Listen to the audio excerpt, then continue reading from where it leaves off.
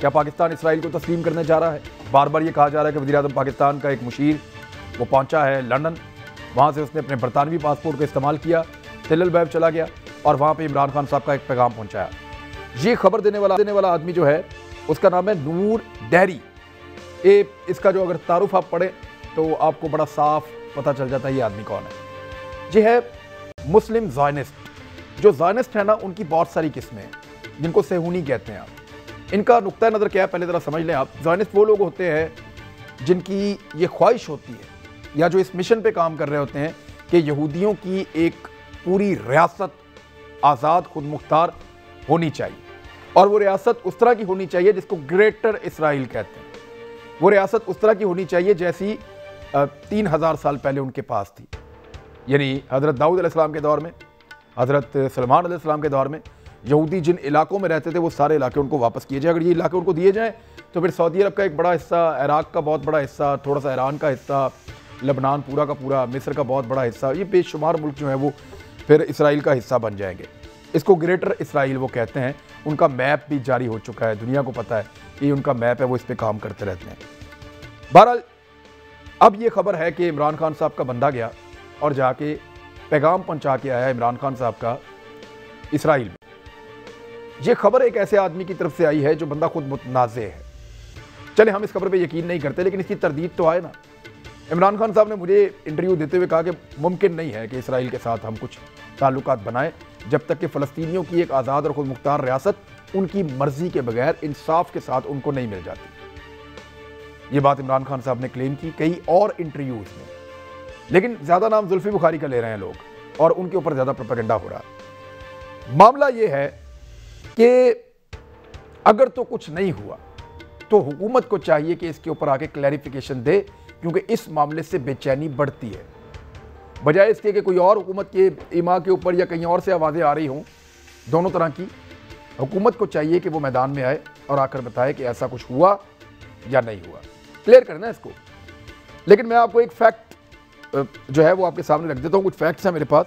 ये doctor Mushi जेगौर एक बड़ा सीनियर आदमी है। ये 1956 से लेकर 1995 तक इसराइल के फॉरेन ऑफिस के अंदर एक ऑफिसर के तौर पे काम करता रहा। इसने एक रिसर्च पेपर लिखा है बड़ी तहकीकात के बाद, बेशुमार चीज़ों का ये खुद विटनेस है। उसके एक चैप्टर में लिखता है पाकिस्तान एंड इसराइल, इसराइल और पाकिस्तान के जो ताल्लुकात हैं उस हवाले से। इसने लिखा क्या?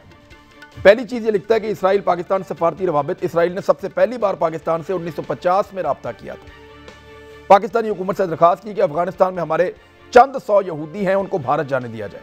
पाकिस्तान नहीं माना, ये यहूदी ईरान चले गए। अब इसके बाद 14 जनवरी 1953 में वजीर खारजा ज़फ़रुल्लाह खान और अमेरिका में इसराइली सफ़ीर अबा अबान के दरमियान न्यूयॉर्क में एक मुलाकात हुई। ये एक और रब्ता था इसराइल के साथ। वजीर खारजा ने जो इसराइल के मशरिक़ वस्ता में घुसपैठा उस पर उन्होंने उस वक्त तनकीद की थी और पूरे आलम इस्लाम को के लिए इसको ख़तरा करार दिया। बाद में 1969 में मशरिकी पाकिस्तान में शदीद सैलाब आया था, जिसको अब आप बांग्लादेश कहते हैं। वहाँ शदीद सैलाब आया। इसराइल ने रेड क्रॉस के ज़रिए पाकिस्तान को इमदाद की पेशकश की। पाकिस्तान ने उसको ठुकरा दिया और इमदाद लेने से इनकार कर दिया।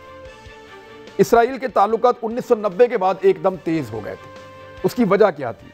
चीन ने इसराइल को तस्लीम कर लिया था 1992 में, और इंडिया ने सफारती ताल्लुकात जो हैं वो बहाल कर लिए थे इसराइल के साथ मुकम्मल तौर पे। तो इस वजह से इसराइल ने फिर एक मिशन शुरू किया कि पाकिस्तान को किसी तरह से ऐसा मजबूर किया जाए कि वो इसराइल को तस्लीम करे। 1990 की दहाई में इस किस्म की इतलात आना शुरू हुई कि पाकिस्तान इसराइल के साथ ताल्लुकात इस्तेमाल करना चाहता है। इसकी पहली मिसाल 31 जनवरी 1992 को अमेरिका में पाकिस्तानी सफ़ीर आबदा हुसैन साहिबा ने एक इंटरव्यू दिया। याद रखिएगा, 31 जनवरी 1992 को इंटरव्यू दिया था, और इंटरव्यू में उन्होंने कहा था पाकिस्तान की जो उन्होंने कहा था अगर इसराइल के साथ जो वो फ़लस्तीनी बात कर सकते हैं, अगर भारत ताल्लुकात इस्तेमाल कर सकता है तो पाकिस्तान क्यों नहीं कर सकता। इस बात का उस वक्त के वज़ीर आज़म नवाज शरीफ साहब ने कोई नोटिस नहीं लिया, बिल्कुल मना नहीं किया। और वो जब तक नवाज शरीफ साहब वज़ीर आज़म रहे तकरीबन तब तक आबदा हुसैन साहिबा अमेरिका में पाकिस्तान की सफ़ीर भी रही। 1992 में उस वक्त के सेक्रेटरी खारजा शहरयार की अमेरिकी कानून साज जो हैं उनके ज़रिए से, जो सेनेटर हैं उनके ज़रिए से मुलाकात हुई सेक्रेटरी खारजा से जो इसराइल का था, और उन्होंने ये भी कहा इसमें कि हम अमेरिका में यहूदी ऑर्गेनाइजेशन से मुलाकातें कर सकते हैं। अच्छा, 16 दिसंबर 1992 को जापान में वज़ीर आज़म पाकिस्तान नवाज शरीफ साहब मौजूद थे और इसराइली वज़ीर ख़ारजा शमऊन पेरीज़ जो है वहाँ पे मौजूद था।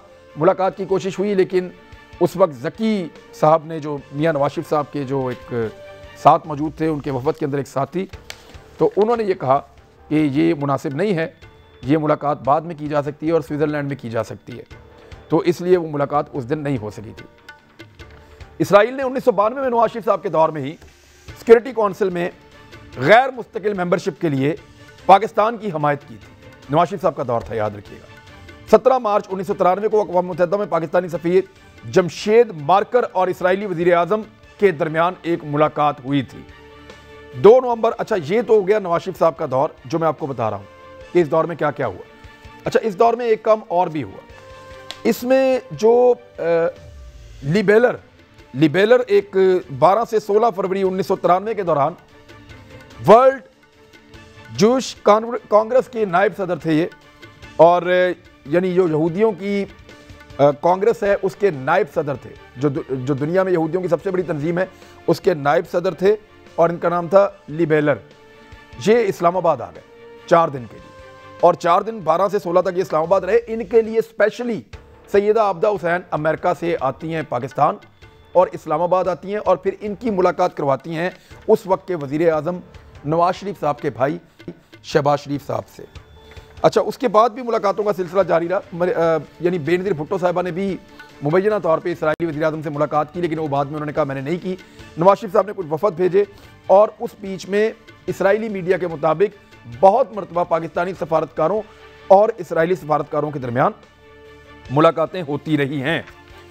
अब इसके बाद जो 29 अक्टूबर 1998 नवाज शरीफ साहब का अगला दौर, उसमें इसराइली सदर और पाकिस्तानी सदर रफ़ीक तारड़ के दरमियान तुर्की में एक मुलाकात हुई, और इसमें इसराइली मीडिया ने उस दिन रिपोर्ट किया था कि सदर रफ़ीक तारड़ ने बाद में हाथ मिलाते हुए तुर्की के जो सदर हैं, इसराइल के जो सदर हैं, उसको ये कहा कि एक दिन हम दोबारा मिलेंगे। बहरहाल उसके बाद उनकी हुकूमत चली गई, वो दोबारा नहीं मिल पाए। कई ख्वाब ऐसे होते हैं जो पूरे नहीं होते। मुशर्रफ साहब के दौर में भी इसराइल के साथ मामला चलते रहे, और 1 सितंबर 2005 को इस्तांबुल में खुर्शीद कसूरी और इसराइली वज़ीर ख़ारजा जो हैं उनके दरमियान एक मुलाकात हुई। 17 सितंबर 2005 को जनरल परवेज़ मुशर्रफ साहब ने अमरीकी दौरे के दौरान यहूदी ऑर्गेनाइजेशन के एक डिनर में शिरकत की। अब हुआ क्या है, मरियम नवाज साहिबा ने एक दफ़ा फिर बहुत बड़ी गलती कर दी है। मैं आपको कई दफ़ा बता चुका हूँ कि मरियम नवाज साहिबा की गलतियों की वजह से नवाज शरीफ साहब ने बड़ा नुकसान उठाया।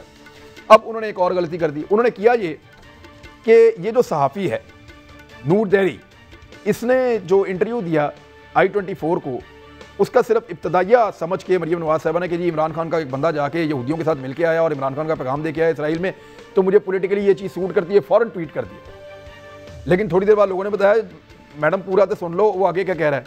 वो आगे कह रहा है कि नवाज शरीफ भी 2 डेलीगेशन भेज चुका है और राब्तों में रहा है। तो नवाज शरीफ साहब क्या कुछ कर चुके हैं वो तो मैंने आपको सारा कुछ बता दिया, इसराइल के साथ कितने अच्छे ताल्लुकात उनके थे। तो ये फिर मरियम नवाज साहिबा ने उसको फ़ौरन डिलीट कर दिया। लेकिन मरियम नवाज साहिबा इतनी जल्दी ट्वीट कर देती हैं ऐसी चीज़ों को। उन्होंने 2 लेटर उनके पास पढ़े हुए, उनको ट्वीट नहीं किया। अब वो लेटर भी आपको अगर दिखा सकते हो आप दिखा दें हम, जो नरेंद्र मोदी ने उनके वालिद गिरामी को लिखा है, जिसमें वो लिख रहे हैं कि बड़ा अफसोस है आपकी वालदा के इंतकाल का और बड़ी बड़ी अच्छी यादें उनके साथ वाबस्ता हैं और मेरा दिल भरा है इस बात से।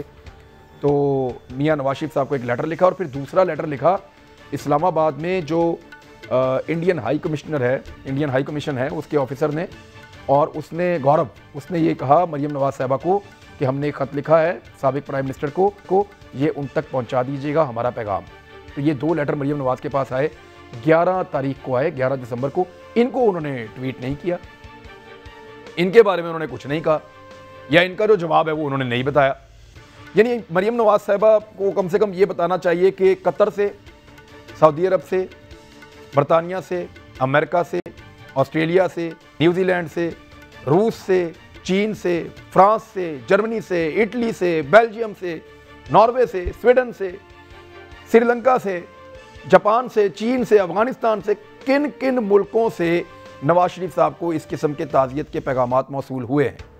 अगर तो इन तमाम मुल्कों से उनको ताज़ियत के पैगामात मौसूल हुए हैं तो उनको चाहिए इन सब पैगामात को ट्विटर के ऊपर डालें, क्योंकि नवाज शरीफ साहब पब्लिक प्रॉपर्टी है ना, हर चीज़ वो पब्लिक के साथ शेयर करते हैं, अपना दुख अपना सुख। तो ये लेटर जो है ये ट्विटर के ऊपर डालें। और अगर उनको यहाँ हर तरफ से, इन तमाम मुल्कों से इस किस्म के पैगामात मौसूल नहीं हुए तो फिर इस बात का तयन करें कि मोदी का यार कौन है।